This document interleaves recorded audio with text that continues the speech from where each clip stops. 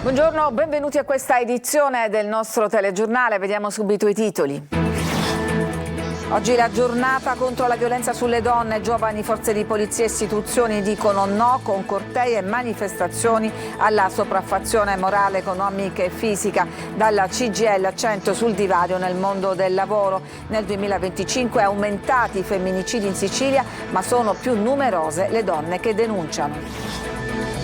L'ombra dello piccolo dietro le intimidazioni a Sferracavallo con 5 bottiglie di benzina. Dio Pizzo dice segnali da non sottovalutare.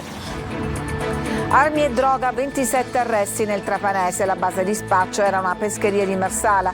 Arresti anche nel Ragusano. Un cartoon contro il ponte, protagonisti un bimbo e un pesce spada. Da oggi sui social viaggia l'inno dei movimenti contrari all'infrastruttura. Giù le mani dallo stretto è il ritornello. A Catania la Tari più alta d'Italia, botta e risposta tra contribuenti e comuni. Intanto si cercano accorgimenti per migliorare la raccolta differenziata, ferma al 37%. Una magnetica LOD a Messina infiamma il palazzetto dello sport, non solo musica ma uno show coinvolgente. Calcio, 8 indisponibili nel Catania che sabato sfiderà il Picerno in trasferta. Toscano studia alternative per sostituire l'infortunato Cicerelli sulla tre quarti.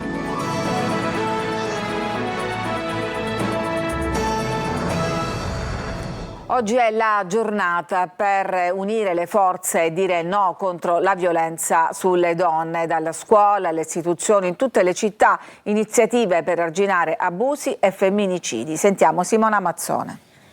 Non è amore se non ti dedica il tempo che meriti. Se non puoi vestirti come vuoi. Ragazzi e ragazze con i loro messaggi che in alcuni casi sono apparsi come denunce e richieste di aiuto hanno tuonato da Piazza Università no alla violenza insieme a Polizia e Comune di Catania. Prima un flash mob, poi bigliettini colorati per farsi sentire oggi più che mai. Non è amore se è geloso, non è amore se non ti fa uscire, non è amore se ti controlla. Sono tutte delle manifestazioni di non amore, di violenza che oggi, ahimè, sono tornate nuovamente in voga tra i giovanissimi, per cui si parla anche di malessere. Diverse iniziative a Catania a cui siamo al Rettorato in questa giornata che vuole porre l'accento sui diversi aspetti della violenza sulle donne, quella fisica, quella morale, quella economica. L'aspetto della violenza economica è un aspetto sottovalutato e quindi anche la mancanza di denuncia è frutto del fatto di non sentirsi autonome anche da un punto di vista economico. E violenza sui luoghi di lavoro, i dati sono allarmanti secondo uno studio della CGIL. Circa 1.400.000 donne in tutta Italia hanno almeno una volta nella loro vita subito molestie e discriminazioni nei luoghi di lavoro. E il dato più allarmante è quello che riguarda proprio il mobbing. E nell'anno che si sta per concludere sono aumentati i femminicidi in Sicilia, ma sono più numerose le donne che denunciano. Luca Ciliberti. I dati sono inconfutabili. In Sicilia nel 2025 è stata uccisa una donna ogni 54 giorni secondo l'osservatorio Non Una di Meno, 6 in tutto, alle quali si aggiunge il femminicidio di Laura Papadia, 36enne palermitana, uccisa dal marito a Perugia. 2 in più rispetto al 2024, studentesse, donne, madri, lavoratrici vittime di uomini violenti che non hanno accettato il loro no. E poi ci sono i numeri delle denunce, nel migliore dei casi, o delle segnalazioni ai centri antiviolenza, 320 al centro Tamaia di Catania, 374 al centro Leonde di Palermo, e questi sono solo i numeri delle 2 principali città dell'isola, ma c'è ancora tanto da fare, sono molte le donne che non hanno la forza di chiedere aiuto. Io credo che molto sia stato fatto, moltissimo sia stato fatto da più punti di vista, soprattutto dal punto di vista, come dire, normativo. Penso che moltissimo ancora si debba fare dal punto di vista proprio culturale. Non siamo riusciti ad assimilare quello che la Costituzione dice, cioè la creazione di un rapporto di eguaglianza. Intanto la Regione nella prossima finanziaria prevede maggiori fondi dai circa 17 milioni dello scorso anno agli oltre 19 milioni previsti nel 2026 per consultori, comunità, alloggio e centri antiviolenza. E poi c'è la legge 3 del 2024 che prevede l'assunzione prioritaria delle donne che hanno subito aggressioni con sfregi permanenti al volto e dei figli di vittime di femminicidio. Scegli il rispetto, semina futuro è lo slogan sulla maglietta disegnato dalle studentesse del liceo Mauro Lico di Messina, che hanno animato un flash mob a Piazza Cairoli e poi una marcia con 500 studenti delle varie scuole cittadine per dire no alla violenza sulle donne, in corteo con i rappresentanti delle forze dell'ordine, di comune, prefettura e università, ragazzi e ragazze dei licei cittadini. L'arrivo a Piazza Unione Europea, dove sono intervenuti il sindaco di Messina Federico Basile e la prefetta Cosima Distani, che ha sottolineato come i numeri delle denunce siano in aumento, e questo è frutto delle iniziative di denuncia proprio come la camminata di oggi. Cambiamo argomento. Dietro le intimidazioni di ieri a Sferracavallo con 5 bottiglie di benzina lasciate davanti ad altrettanti esercizi commerciali si allunga l'ombra dei Lo Piccolo. L'appello di addio pizzo ai commercianti: non vi piegate. Marco Gullà. Sferracavallo è ancora sconvolta. Le bottiglie di benzina lasciate davanti le saracinesche di 5 attività hanno profondamente scosso la borgata palermitana. Un gesto eclatante, come a dire: la mafia c'è, è sempre presente. Un gesto, quello di ieri, che potrebbe segnare il ritorno di un vecchio ordine mafioso nel mandamento di San Lorenzo Tommaso Natale, un territorio dove l'ombra dei Lo Piccolo di fatto non si sarebbe mai dissolta. E allora gli investigatori sono a lavoro anche per individuare chi ha posizionato le bottiglie di benzina davanti alle attività. Questo territorio è stato recentemente interessato da importanti operazioni di polizia che hanno smantellato organizzazioni criminali di stampo mafioso operanti nello stesso territorio. Non è da escludere, ma su questo ovviamente ci sono delle indagini in corso, che nuove leve vogliono imporsi nello stesso territorio, iniziando a minacciare pesantemente i commercianti. Gli investigatori sono a lavoro anche per il secondo episodio che, secondo le forze dell'ordine, è legato all'intimidazione di Sferracavallo, ovvero il rogo che ha colpito un rimessaggio di Isola delle Femmine con il danneggiamento di 11 imbarcazioni. Anche qui l'ombra forte di Cosa Nostra. Non bisogna prendere sotto gamba qualsiasi gesto, qualsiasi segnale, perché questo può essere ricondotto anche a dinamiche mafiose. Armi e droga, 27 arresti in provincia di Trapani, la base di spaccio era una pescheria di Marsala. Simona Mazzone. C'è anche un pescivendolo che aveva trasformato la sua pescheria in una base logistica per lo spaccio di cocaina tra i 27 arrestati per traffico di droga, eseguite 20 perquisizioni fra Trapani, Marsala e Mazzara del Vallo. L'indagine avviata nel 2020 ha permesso di accertare un fitto commercio di cocaina. Un gruppo criminale era attivo a Marsala e riconducibile a un pregiudicato all'epoca ai domiciliari per droga, autorizzato ad allontanarsi da casa per gestire la pescheria di cui era titolare. L'uomo in realtà aveva trasformato l'esercizio commerciale in un centro di spaccio. Il pescivendolo nel corso dell'indagine è stato privato della pescheria, così ha pensato di trasferire la base operativa della droga nella sua casa. Del gruppo facevano parte anche padre e cugino, coinvolti in un grave atto intimidatorio consistito nell'incendio di un noto bar marsalese perché il titolare aveva rifiutato un'assunzione.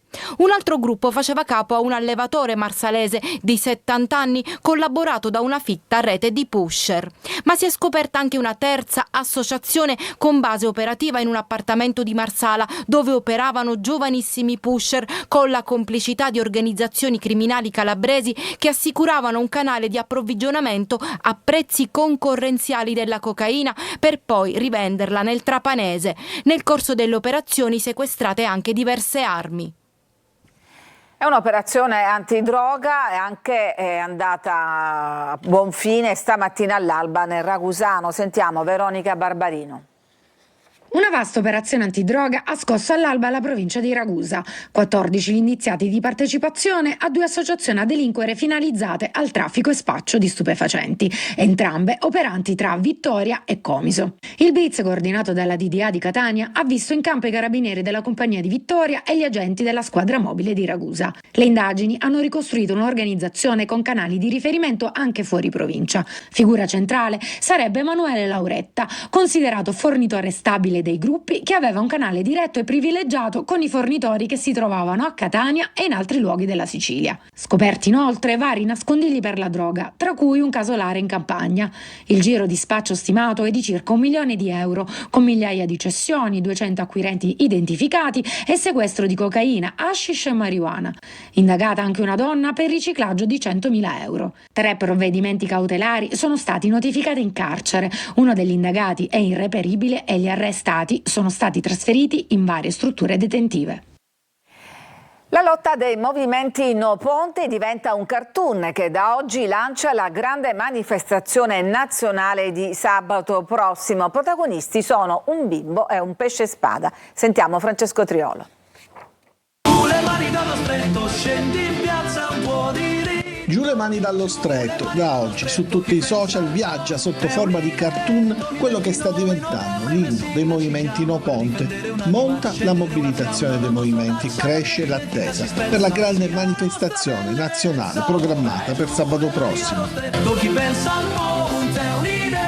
Il 29 novembre Messina ci chiama per difendere un'anima, accendere una fiamma. È la voce del collettivo musicale Strong Words, non solo una canzone, ma un atto di resistenza culturale, dicono.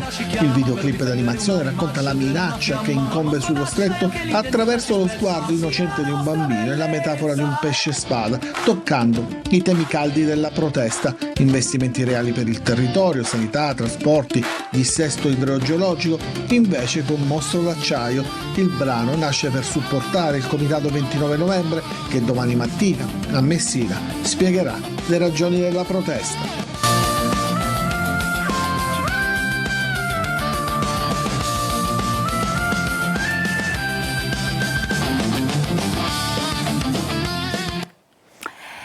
A Catania la Tari, la tassa sui rifiuti più alta d'Italia, botta e risposta tra contribuenti e comuni mentre si cerca di migliorare la raccolta differenziata. Tonino De Mana. I contribuenti catanesi che si lamentano per l'elevato costo della Tari, la più alta d'Italia. Il comune che si discolpa, puntando il dito contro i cittadini che non fanno la differenziata o addirittura ai cosiddetti pendolari dei rifiuti. E tutti contro tutti, con il saldo Tari da pagare entro il 10 dicembre che riaccende polemiche, per la verità mai sopite. Alcuni numeri. Una famiglia catanese pagherà 602 euro a fronte di una spesa media nazionale di 340 euro. Tutto questo mentre la raccolta differenziata si attesta attorno al 37%. Da qui lo sfogo dei catanesi. Certo che è un incubo, cioè 602 euro. La maggior parte dei catanesi non fanno la differenziata come si deve. Quante volte lei ha visto un catanese che butta la spazzatura fuori orario? Un sacco di volte. Costa anche portare la spazzatura fuori regione.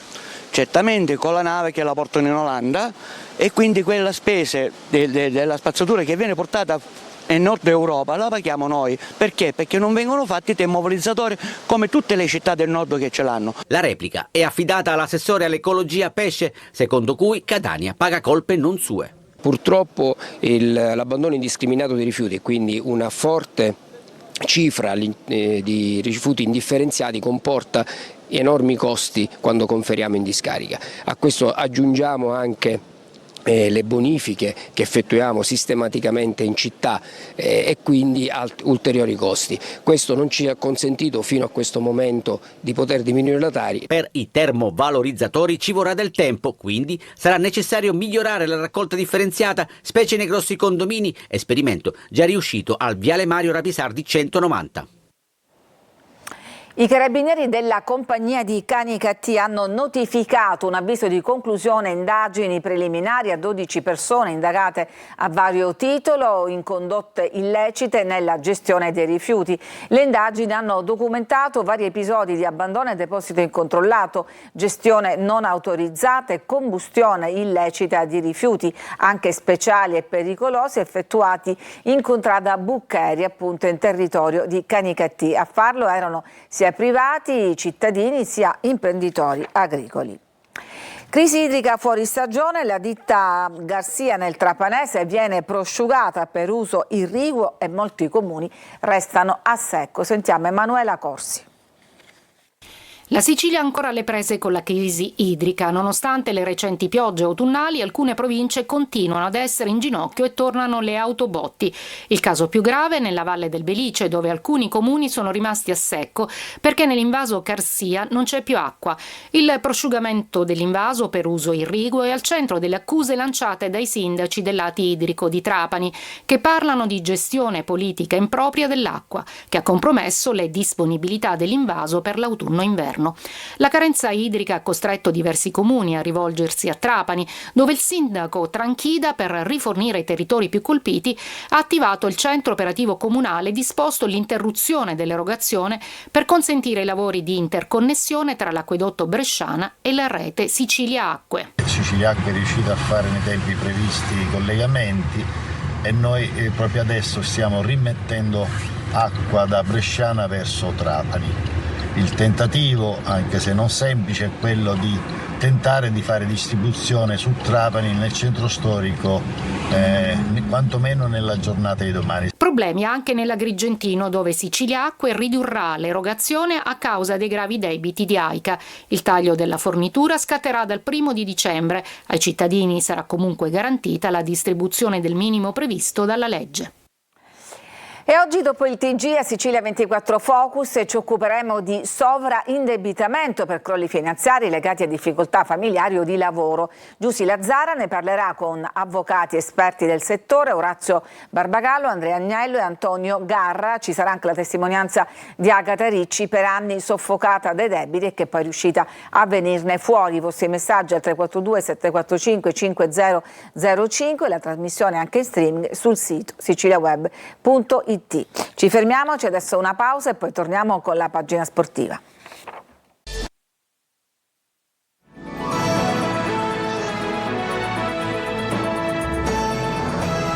E prima dello sport, gli spettacoli con Elodie, che a Messina ha infiammato il palazzetto dello sport, tutto esaurito. Stasera si replica per un concerto che non è solo musica ma uno show coinvolgente. Eva Spampinato.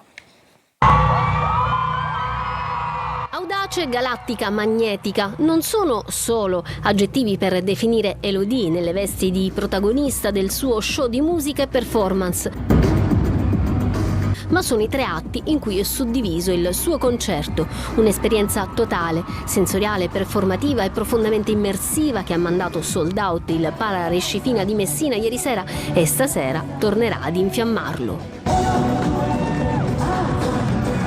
Sul palco Elodie ha ricordato Ornella Vanoni nel giorno del suo funerale, poi lo show.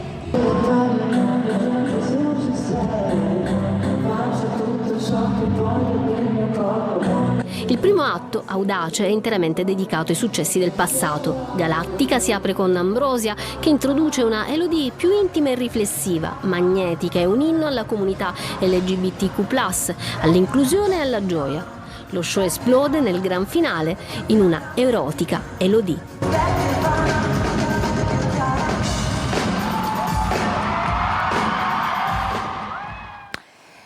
Nella giornata internazionale per la lotta alla violenza contro le donne, in scena al Teatro Agricantus di Palermo uno spettacolo che indaga con ironia le difficoltà di incontro tra i generi. Desiree Ferlito.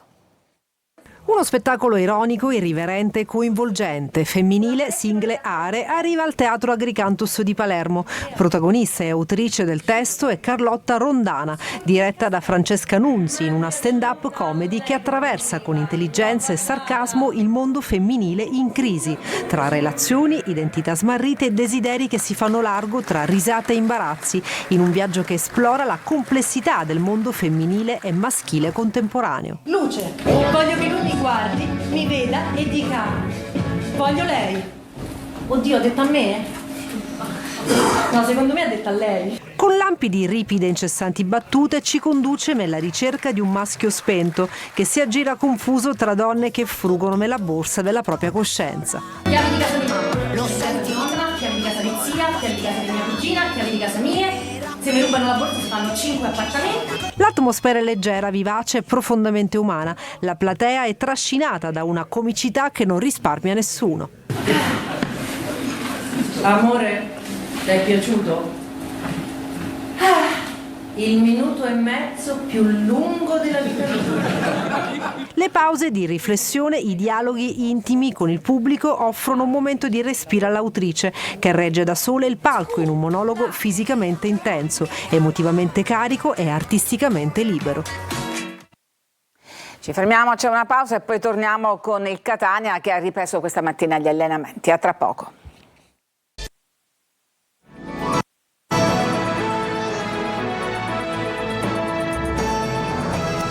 Siamo al calcio, il Catania si prepara alla trasferta di sabato ma deve fare i conti con varie assenze. Francesco Triolo.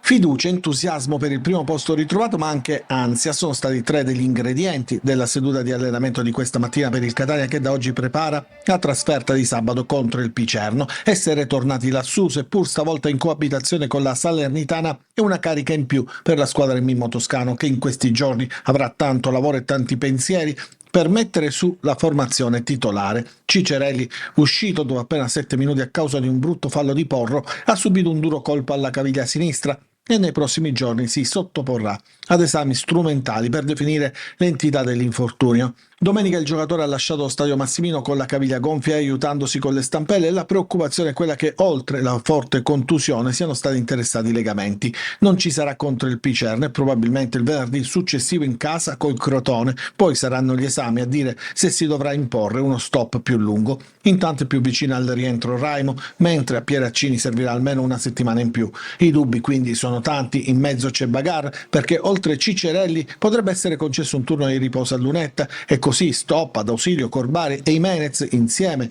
al rientrante Quaini potrebbero giocarsi 2 maglie. Su Quaini però attenzione, perché potrebbe essere utile nella causa in difesa, dove Allegretto ha fatto bene ma non c'è disponibile Ierardi. Ma la settimana è appena iniziata e c'è tutto il tempo per Toscano per studiare le mosse giuste e gli uomini per la partita contro il Picerno. È tutto per questa edizione, grazie per averci seguito, vi lascio adesso al nostro spazio di approfondimento Sicilia 24 Focus, a tutti un buon pomeriggio.